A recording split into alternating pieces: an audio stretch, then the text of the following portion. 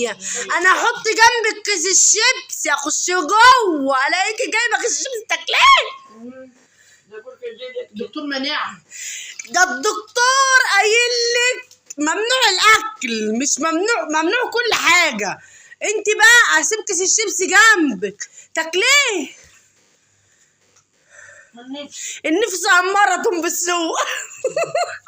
ده بص بتاكل ولا في الطراوه، وساعة ما تتعب الحقيني يا هاني، بموت يا هاني، بودع وديني عند احسن دكتور، ما تستخسرش فيا احسن عيالك هتعمل فيك كل ده. لو عملت معي حاجه عيالك هتعملها ده لي. اكيد. ايه يا سونس؟ عملك عمال. عيب يا سونسون تاكلي شيبسي في السن ده. ده؟ والنبي ما كنت بدور. يطلع منك كل ده. كنت باكله بدمتي. يعني احنا اللي فسدناكي؟ لا من نفسي يمكن اموت. بعد الشر عليكي يا قلبي يا غالية.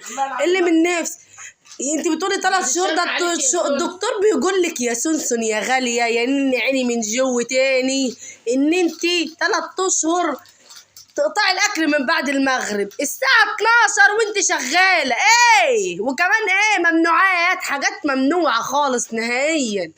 ايه ياما يعني ما فيش شكرانية تاكلي كيس الشيبس بتاعي وبلاش تشكريني وتقولي كتر خيرك يا بنتي. انت اللي هتقصفي اجلي بسبب الحاجات اللي انت بتجيبها وانا باكلها. لما اكلك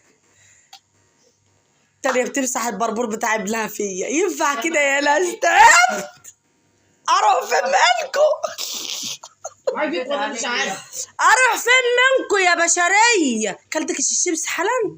مش بيه ملح والله ما في ريحة الملح. اصل كان اسكتي قلت لهم ايه قللوا في الملح شويه عشان امي نفسها فيه. والله كمان مره ما فيه ملح. يا عين امك يا غاليه. لا ده عشان انت نفسك فيه فايه متمزجت منه. لا. لو مش نفسك فيه هتقول له خدي الشيبس بتاعك وغوري بيه. ما بتكدبيش. ما انت عشان ايه نفسك راحت له. لا والله. بألف هنا وشفا على قلبك يا سونسون، وعلى الله حكايتك ان شاء الله.